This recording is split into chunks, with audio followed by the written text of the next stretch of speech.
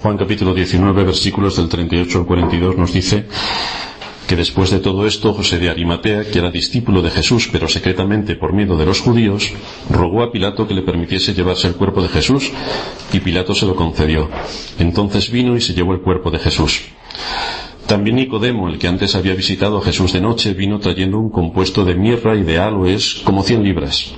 Tomaron pues el cuerpo de Jesús y lo envolvieron en lienzos con especies aromáticas, según es costumbre sepultar entre los judíos.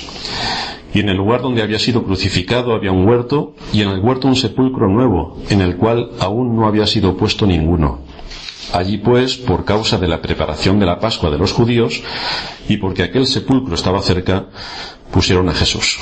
Como ya hemos mencionado anteriormente, en estos versículos se relatan todos los acontecimientos que tuvieron lugar después de la muerte de nuestro Señor, y es donde se nos dan una serie de detalles para que consideremos algunos asuntos de interés. Lo primero que aprendemos, ya lo dijimos en su momento, es que hay unas normas sociales que se deben acatar. Hay unas normas sociales que estamos obligados a observar. Hay que saber estar en determinados lugares y en determinados momentos. Hay unos protocolos que debemos observar y hay un testimonio que debe permanecer. Aunque la moda de nuestros días hace que la gente vista mal y hable peor, y al final de todo parezca que todo da igual y da igual que todo da igual, aunque la gente de nuestros días pierde el sentido de la estética, del decoro y de hacer las cosas con excelencia, todo el mundo sabe valorar a la vez que las personas vistan de una determinada manera para cada una de las actividades sociales y que atiendan los acontecimientos sociales de acuerdo a su importancia y a la categoría que estos suponen. Hay fechas señaladas y hay acontecimientos importantes que se deben observar. El pueblo de Israel, por ejemplo, tenía, aparte del día de reposo, que es el día establecido por Dios en la creación y el cuarto mandamiento, aparte del día de reposo tenía sus festividades para conmemorar diversos asuntos, entre ellos la Pascua, la fiesta de los tabernáculos y otros días diferentes en el calendario hebreo que ellos observaban como festividades solemnes. Aniversarios o conmemoraciones importantes son también dignas de tener en cuenta. El nacimiento, la muerte, las bodas, todo esto forma parte de la sociedad en la que vivimos y son importantes para darle sentido e importancia a algunos acontecimientos. Formamos parte de una sociedad donde este tipo de cosas deben de ser tomadas en cuenta siempre y cuando encajen con las enseñanzas bíblicas. Y la muerte es una de ellas, donde hay que atender a la familia y hay que llevar a cabo los protocolos sociales para honrar a los seres queridos, aún muertos. Hay que honrar a los seres queridos.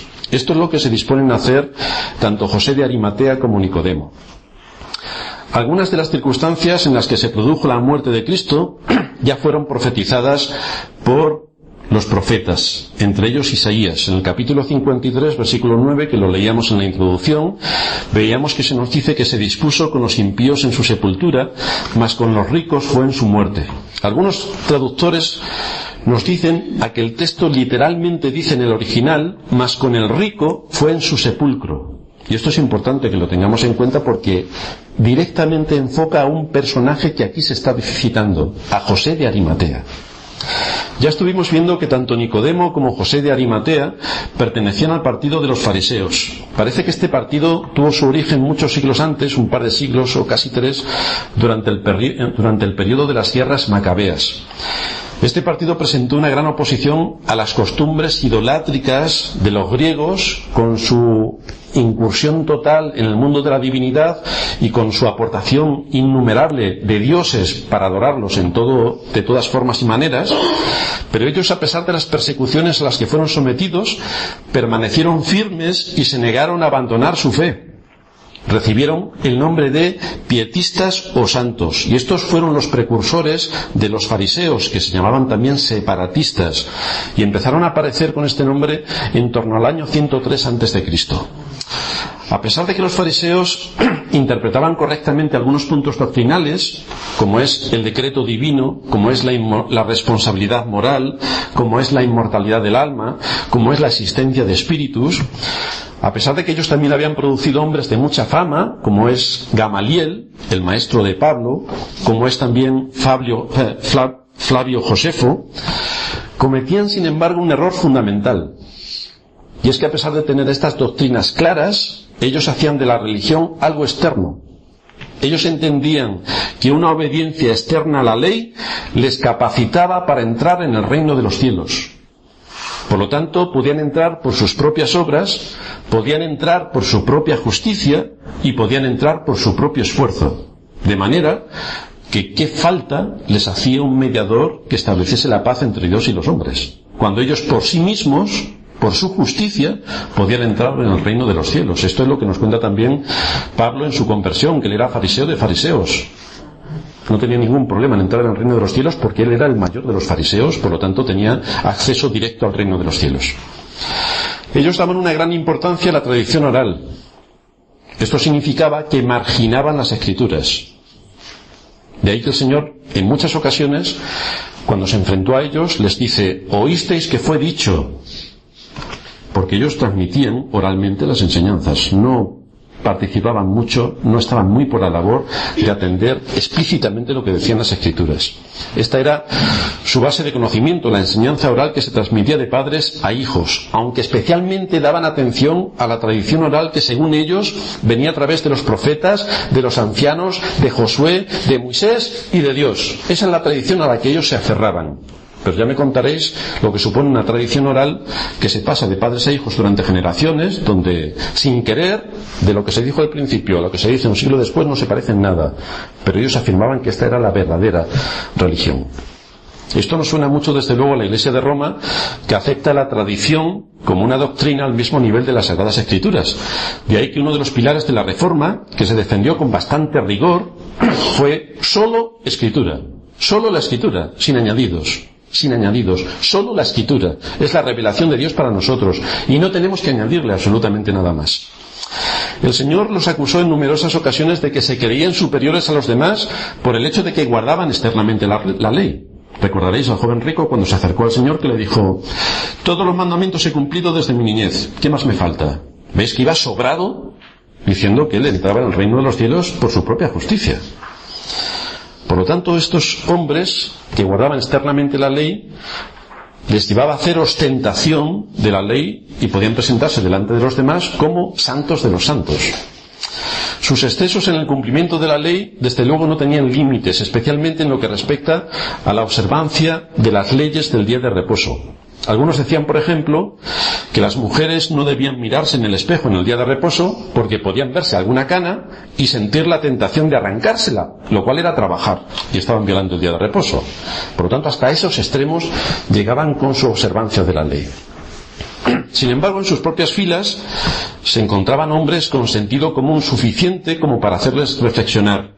Uno de ellos era Nicodemo, el otro José de Arimatea. José de Arimatea tomó una decisión difícil. Ya hemos estado viendo cómo pasó de ser discípulo del Señor secretamente a ser un hombre con valor que actuó de una manera determinante a pesar de que cualquiera podría pensar que estando ya el Señor muerto no merecía la pena arriesgarse ahora cuando no lo había hecho estando el Señor vivo. Pero José actuó con valor estando el Señor muerto, sin aparentemente ninguna contraprestación. Nos dice el texto que rogó a Pilato que le permitiese llevarse el cuerpo de Jesús. Es decir, tenemos aquí un hombre importante dentro del Sanedrín que tiene la suficiente autoridad y relevancia política y pública como para que Pilato, el gobernador, le reciba en su palacio. Y esto le supone una situación de entrañable peligro, porque está dándose a conocer en medio de una sociedad cerrada que él está tomando una decisión como discípulo de Cristo, lo cual le iba a marginar por completo a todos los niveles. Juan Carlos Rail nos dice que hay tres aspectos importantes que destacan en la conducta valiente de José de Arimatea. La primera, nos dice que José honró a Cristo cuando sus discípulos le habían abandonado. Demostró más fe y más valor que aquellos que estuvieron 3 años y medio con él. La segunda, que José honró a Cristo a pesar de que su actuación era sumamente peligrosa. Manifestó en público su respeto por alguien que había sido condenado como malhechor, como blasfemo y como sedicioso, alguien que había sido perseguido por la alta jerarquía del Sanedrín. José de Arimatea estaba diciendo públicamente que él era amigo de aquel que habían ejecutado, lo cual requiere un enorme acto de valor, sobre todo teniendo en cuenta la atmósfera hostil hacia Cristo y el gobierno férreo de los fariseos sobre las conciencias de los hombres, que las tenían completamente esclavizadas. Incluso el Evangelio de Marcos nos dice que José de Arimatea entró osadamente a Pilato, lo cual nos muestra que fue un acto de valor en toda regla, un hombre que se portó como un hombre en medio de situaciones adversas. En tercer lugar, nos dice Juan Carlos Rail que José honró a Cristo cuando era ya un cadáver y parecía que no se podía hacer nada por él. No intervino públicamente cuando estaba obrando milagros ni cuando predicaba, sino cuando su cuerpo ya no tenía vida. Entonces actuó con valor. Este valor le hizo presentarse ante Pilato, quien la recibió en su palacio, como decíamos, y quizá por la alta representación que ostentaba, por su influencia, por su reputación, por su riqueza, Pilato accedió a la petición que José le planteó. Le dio el cuerpo de Cristo. Debemos recordar que Pilato siempre consideró al Señor como libre de culpa, como inocente, y que si hubiera dependido de él únicamente, quizá le hubiera dejado ir sin ningún cargo. Por otra parte, las grandes presiones a las que fue sometido por los fariseos para llevar a la muerte al Señor, y de lo cual ya estuvimos hablando en su momento, tienen aquí su contrapartida, porque es uno de los miembros del Sanedrín, una persona importante, miembro del Sanedrín, que muestra compasión hacia alguien a quien los fariseos odiaban a muerte y que llevaron a la muerte. Por lo tanto, vemos aquí una división importante en el seno del Sanedrín. Por lo tanto, Pilato deseó complacer la petición de José de Arimatea. Es también importante destacar que los propios judíos no pusieron ninguna objeción a que el cuerpo del Señor fuese sepultado. No se opusieron en absoluto. Ya que la fiesta de la Pascua se aproximaba y coincidía con el día de reposo, querían que el cuerpo fuese retirado cuanto antes, de acuerdo a lo que las leyes ceremoniales establecían. No tenemos ni idea de lo que hubieran hecho con el cadáver del Señor si José no hubiera intervenido de esta manera tan rápida. Quizá lo hubieran arrojado a la fosa común que habitualmente tenían en esos lugares para echar allí como desperdicios humanos a los que eran ejecutados, o no sabemos lo que hubiera ocurrido. Pero sea como fuere, el acto de valor de José acabó con su reputación, acabó con su posición y acabó con su prestigio. Esta es una enseñanza vital para que recordemos y aprendamos que seguir a Cristo tiene un coste y que los verdaderos creyentes deben estar dispuestos a pagar el coste, como lo pagó José. Una vez recibido el visto bueno por parte de Pilato, José se dirige a la cruz para proceder a la sepultura del Señor. En toda esta última escena nos encontramos a José colaborando con Nicodemo y Nicodemo colaborando con José. Los dos fariseos, los dos miembros del Sanedrín. Nada hubo que hiciera cambiar a Nicodemo de su reconocimiento personal hacia Cristo, que le mostraba cómo era el Hijo de Dios. Y desde aquella noche en el que estuvieron hablando los dos, el Señor y Nicodemo, Nicodemo se quedó con una clara idea de quién era aquel que estaba delante de él. Su convicción de que Cristo era el verdadero Mesías le llevó a colaborar con José en su sepultura, a pesar del alto precio social que Nicodemo también tuvo que pagar. Destaca el hecho de que a los dos les vemos actuar con reverencia y con respeto ante el cuerpo sin vida del Señor. Los discípulos ya hemos visto que habían desaparecido. Pero la urgencia de la situación les llevó a que sacasen de su interior el carácter que se espera de aquellos que han conocido la verdad y que actuasen. Eran pasadas las 3 de la tarde. El Señor había muerto a las 3. Antes de las 6 de la tarde, que es cuando empezaba el día de reposo, tenían que tener resuelto toda esta situación. Por lo tanto, actuaron con un determinismo completo para resolver este problema. Comenta Calvino acerca de esta circunstancia y dice: aquí tenemos una extraordinaria prueba de que la muerte de Cristo fue más vivificadora que su vida, tan grande fue la eficacia del grato olor de muerte de Cristo en la mente de estos hombres, que apagó con rapidez todas las pasiones e intereses de su carne. Es decir, no tuvieron en cuenta su posición, no tuvieron en cuenta todo lo que iban a perder si se identificaban con Cristo y con lo que allí estaba ocurriendo. Esto implica que estos hombres se movieron por convicción, de acuerdo a sus deberes, unos deberes que debían asumir.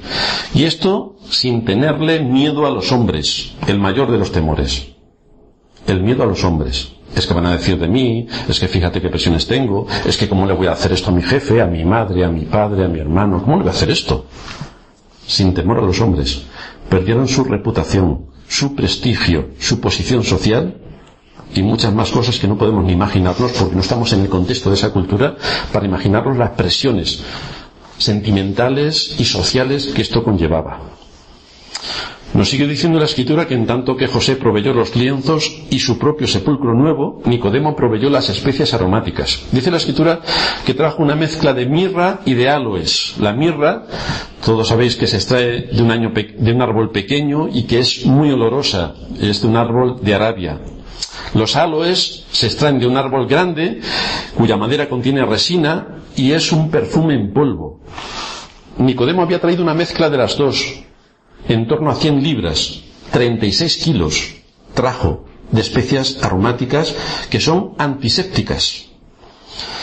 Era un producto bastante caro y esto nos muestra la gran generosidad de Nicodemo y su capacidad de previsión, porque el cuerpo del Señor había sido azotado, había sido flagelado, estaba desgarrado y por lo tanto necesitaba una cantidad importante de antisépticos para detener el proceso de descomposición que era inminente. Los orientales no hacen como nosotros, que enterramos de una manera un poco rara, pero los orientales, los israelitas, no ponían el cuerpo en un féretro, ni lo enterraban, ni lo ponían bajo tierra, sino que lo envolvían en unos lienzos y lo dejaban sobre una superficie dentro de una cueva habitualmente. José fue también quien compró una sábana para envolver al Señor, un producto que era de alto valor en aquella época. No son como las sábanas de ahora, que uno por 6 euros se compra una sábana. Las sábanas estaban hechas a mano, por lo tanto requería un trabajo enorme, era un producto muy costoso, y José de Arimatea compró la sábana para envolver a nuestro Señor Jesucristo, gastó su dinero para envolver el cuerpo de Cristo. No olvidemos, por lo tanto, todas las aportaciones que estas dos personas están haciendo cuando Cristo ya ha muerto. A medida que se envolvía el cuerpo del Señor, miembro a miembro, en la sábana se untaba con esa mezcla de mirra y de áloes, formando una capa entre la piel y la sábana. Es así como preparaban los judíos a sus muertos para sepultarlos. Esto es lo que nos está diciendo la Escritura, que lo hacían conforme al rito de los judíos. Así envolvían los judíos, así sepultaban los judíos a sus muertos. No los embalsamaban como hacían los egipcios, que les extraían el cerebro y las entrañas, sino que ellos los envolvían en estas especias aromáticas y luego por encima de todo esto estaban los lienzos. Toda esta escena nos muestra de qué manera se cumplió la profecía que establecía, la que se nos muestra en el Salmo 16:10, porque no dejarás mi alma en el Seol, ni permitirás que tu santo vea corrupción.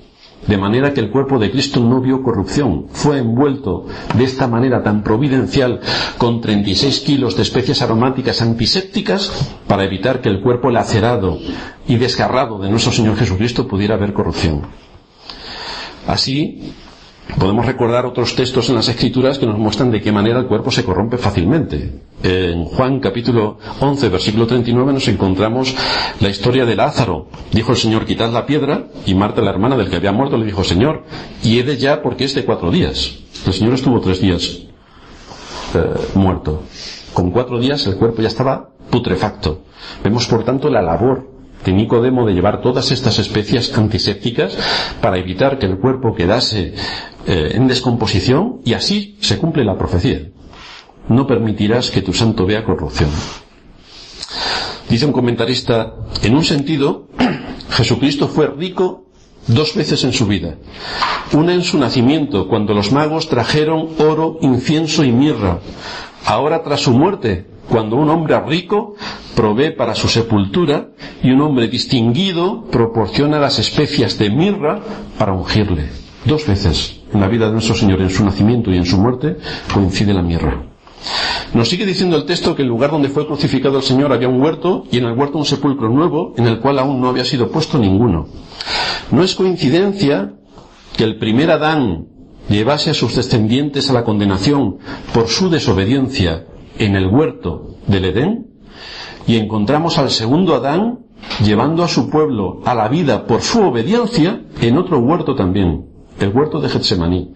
Dos huertos, uno donde está la vida y viene la muerte, otro donde está la muerte y resulta que viene la vida. Los dos, tanto el primer Adán como el segundo, tienen en común un huerto.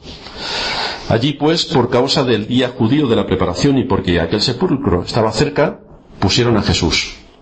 El cuerpo del Señor fue llevado al sepulcro. Como este sepulcro ocupa un lugar destacado en el relato de la resurrección, vamos a prestarle alguna atención y vamos a ver algunas enseñanzas que nos muestra este sepulcro.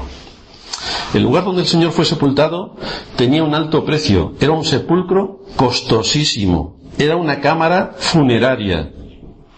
Y esto había sido adquirido por José de Arimatea, que era un hombre no solamente influyente, sino rico. Había que tener muchos recursos para disponer de un lugar semejante. Según Mateo 27:60, como decíamos, el sepulcro era de José. En consecuencia, nos viene a la mente el texto de Isaías 53:9. Con los ricos fue en su muerte. Con el rico, decíamos también, fue en su sepultura. Y así se cumplió la profecía. Juan nos dice que era nuevo, y Lucas que no había sido puesto allí ninguno antes. Era nuevo en el sentido de que no había sido usado. Nadie había sido puesto en ese sepulcro. Nunca habían entrado en él la descomposición. Por lo tanto, era un lugar perfecto para nuestro Señor Jesucristo. El perfecto. Por las descripciones que nos dan los otros evangelistas, vemos que estaba labrado en la roca. Esto requería un gran trabajo para evidenciar la categoría de quien iba a ser sepultado en ese lugar. No era un sepulcro cualquiera, labrado en la roca, hecho a mano, con conciencia, es decir, de un costo altísimo. Mateo, Marcos y Lucas nos dicen que estaba labrado en la peña, que era propiedad de José. Así que vemos que este hombre no solamente fue a solicitar al gobernador romano que le diesen el cuerpo sin vida de Cristo, no solamente fue a comprar la costosa sábana, sino que también proporcionó el lugar donde el Señor iba a ser sepultado, el sepulcro. Todo este despliegue de atenciones le dejaba en una situación completamente enfrentada respecto a los miembros del Sanedrín y enemigos de Cristo, de que él era un seguidor de Cristo, a tenor de las evidencias contundentes que él estaba exponiendo de que Cristo realmente era su Señor. Era un acto de valentía colosal, identificarse y definirse de esta manera, en la que quedaba completamente desprotegido delante de la sociedad de aquel tiempo. Así vemos como en la vida del Señor, aunque era pobre, no era miserable. Esto es importante que lo tengamos en cuenta porque muchos creen que los cristianos, por ser cristianos, tienen que ser unos miserables. Pero esto no lo encontramos en la vida del Señor. Encontramos que tuvo oro, incienso y mirra en su nacimiento. Encontramos que su túnica era de una sola pieza, algo costosísimo para la época. Encontramos que era asistido por varias mujeres con recursos para llevar a cabo la predicación del Evangelio durante todo su ministerio. Encontramos que fue envuelto en una sábana nueva. Encontramos que también se le unieron mirra y aloes para proteger su cuerpo. Y encontramos cómo acaba siendo depositado en una cámara funeraria de altísimo costo. Esto nos muestra que el Señor estuvo rodeado de personas influyentes que dieron el sentido del ministerio que él estaba llevando a cabo. Y esto nos muestra también la responsabilidad personal de atender a las demandas de la Escritura en cuanto a la obra del ministerio, y que debe ser un esfuerzo de todos y cada uno. Claro, si esto se hubiera desarrollado en España y en nuestros días, hubiéramos visto que estos hombres hubieran ido al gobierno a pedirle una subvención para poder enterrar al Señor, y hubieran ido a las casas de Cáritas para pedir una subvención que les diese una sábana, y hubieran ido a pedir todo tipo de subvenciones, pero ellos no hubieran hecho nada, solo las subvenciones.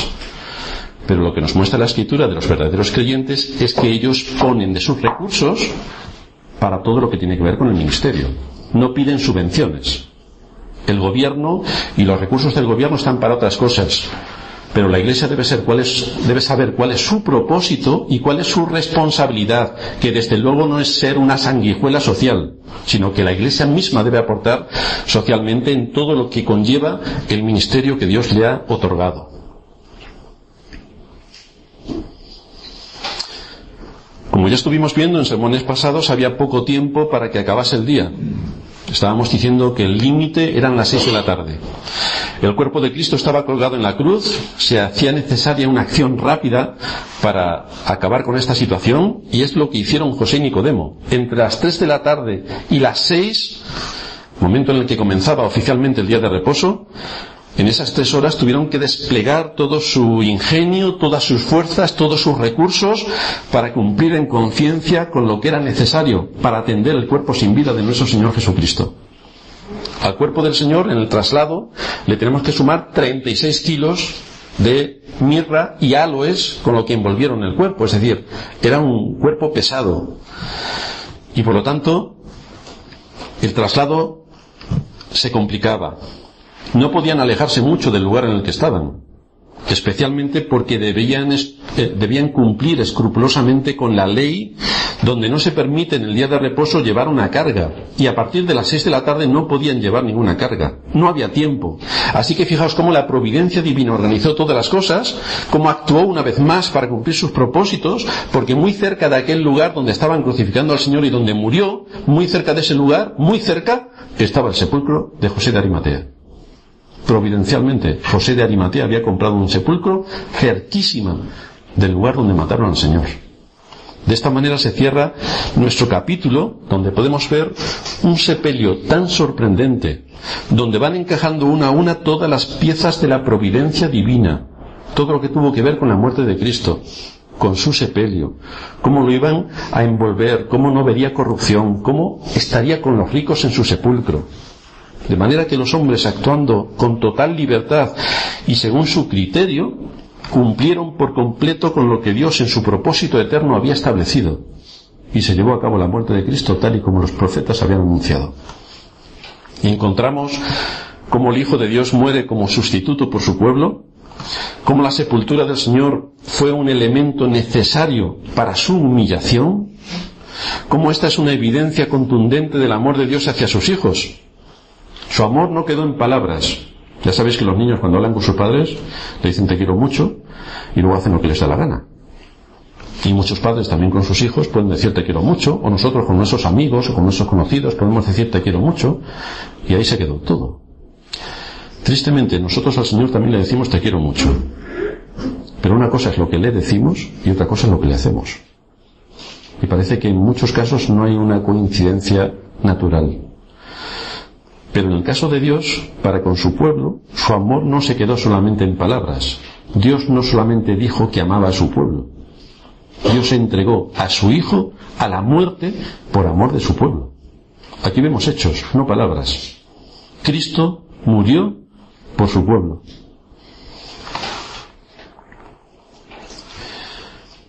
Nuestro Dios permitió que su Hijo atravesase situaciones humillantes, que pasase por la propia muerte, que fuese acusado falsamente, sometido a juicios injustos por parte de unas autoridades podridas de envidia, que su cuerpo colgase desnudo en una cruz como si fuera el mayor de los malhechores, que su cuerpo inerte fuese depositado sobre una fría piedra, él que era el dador de la vida, muere de esta manera.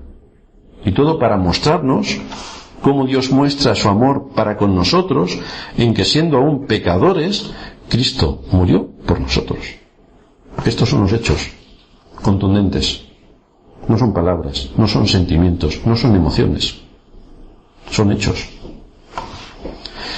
El resultado de toda esta escena viene después en su resurrección, donde encontramos que Cristo es el primogénito de los muertos, cómo cumplió con absoluto rigor lo que el Padre le había mandado, donde vemos cómo su sacrificio tuvo el efecto esperado en la redención de su pueblo, por lo que podemos decir que el creyente no debe tener ningún temor a la muerte. No debe tener ningún temor a la muerte, porque Cristo mató con su muerte a la muerte. Esto es lo que hizo Cristo. Mató con su muerte al poder de la muerte. Dice el apóstol Pablo en 1 Corintios 15:54: cuando esto corruptible se haya vestido de incorrupción y esto mortal se haya vestido de inmortalidad, entonces se cumplirá la palabra que está escrita: sorbida es la muerte en victoria. ¿Dónde está, oh muerte, tu aguijón? ¿Dónde, oh sepulcro, tu victoria? Ya que el aguijón de la muerte es el pecado y el poder del pecado la ley. Mas gracias sean dadas a Dios, que nos da la victoria por medio de nuestro Señor Jesucristo, el que con su muerte venció la muerte. Ahí tenemos la victoria. Nos dice Matthew Henry, comentando este tema: el sepulcro no pudo retener a Cristo mucho tiempo, como tampoco podrá hacerlo con nosotros. Aquel que tiene como su cabeza a Cristo, que se encuentra en el cielo, no debe tener miedo ninguno de poner sus pies en el sepulcro, aquí en la tierra. Y aquí estamos todos. Tarde o temprano pasaremos por el sepulcro, si no viene el Señor antes. Por lo tanto, nuestra esperanza está puesta en los cielos. Y por lo tanto no debemos tener ningún miedo al sepulcro, porque Cristo ya pasó antes que nosotros. Para el Dios de la gloria, ante quien los ángeles postran sus rostros, bajar a este mundo y someterse a todas estas villanías fue un acto de humillación terrible. Un acto que a nosotros, en condiciones normales, cuando nos relacionamos con nuestros semejantes, podemos ver en algunos aspectos cómo nos humillan y cómo nos sentimos entre la ira y la desesperación. Pues el Dios de la gloria, que tuviese que hacerse hombre y bajar y sufrir toda esta afrenta, debió ser una humillación terrible.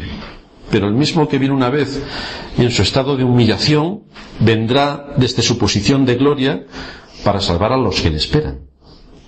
Entonces nos dice la Escritura que toda lengua confesará que Jesucristo es el Señor, para gloria de Dios Padre. Así que no predicamos solamente acerca de la muerte de Cristo, sino también predicamos acerca del fruto de su muerte. ¿Qué es lo que obtuvo Cristo con su muerte para su pueblo? ¿Qué obtuvo Cristo con todo lo que hizo para nosotros?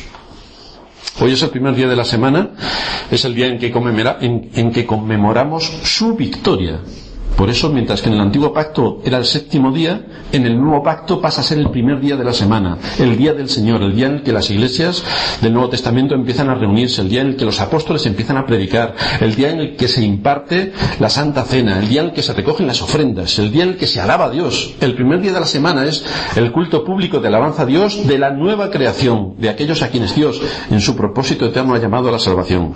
Hoy es el día en el que la iglesia reunida hace memoria de todo lo que Cristo ha hecho por nosotros. No solo vino a este mundo, no solo el Dios eterno se hizo carne y habitó entre nosotros, no solo vimos su gloria, como nos dice Juan, sino que también podemos celebrar su victoria sobre los enemigos del hombre, sobre la muerte, sobre Satanás, sobre el pecado. Con su muerte, Cristo mató a los enemigos del hombre. Hoy podemos hacer memoria de todo lo que en Cristo nos ha sido dado. Podemos unirnos juntamente con nuestros hermanos en este gran día para recordar sus promesas. Promesas que nos hablan de aquel gran día cuando el pueblo de Dios, recogido de entre los cuatro confines del mundo, estará alabando y honrando a Dios cuando Cristo haya vuelto en su segunda venida. Mientras tanto, ¿qué es lo que tenemos que hacer nosotros? Dice Pablo. Es a Cristo el Salvador, a quien anunciamos, amonestando a todo hombre y enseñando a todo hombre en toda sabiduría, a fin de presentar perfecto en Cristo Jesús a todo hombre. Este es el ministerio que tiene la Iglesia. Presentar perfectos en Cristo Jesús a todo hombre. Y esta es una de las oraciones continuas que tenemos que llevar a cabo en este año. Que el Espíritu de Dios nos siga asistiendo, que nos siga guiando y que nos siga haciendo ver de qué manera las doctrinas se conectan con la vida. Que nos haga no solamente oidores de su palabra, que lo necesitamos oír, sino que nos diga y nos muestre cómo se conectan en las actividades cotidianas de nuestra vida. Cómo José y Nicodemo pudieron conectar el conocimiento que tenían de Cristo en un acto de tanto valor que les supuso tantas repercusiones sociales, pero cómo actuaron coherentemente con lo que Dios les había enseñado. Y cómo nosotros también tenemos que actuar coherentemente con lo que cada primer día de la semana, el domingo, nos es enseñado por medio de la predicación del Evangelio, para ponerlo por obra en nuestras vidas. Esto es lo que pretendemos, enseñar a todo hombre en toda sabiduría, a fin de presentar perfecto en Cristo Jesús a todo hombre.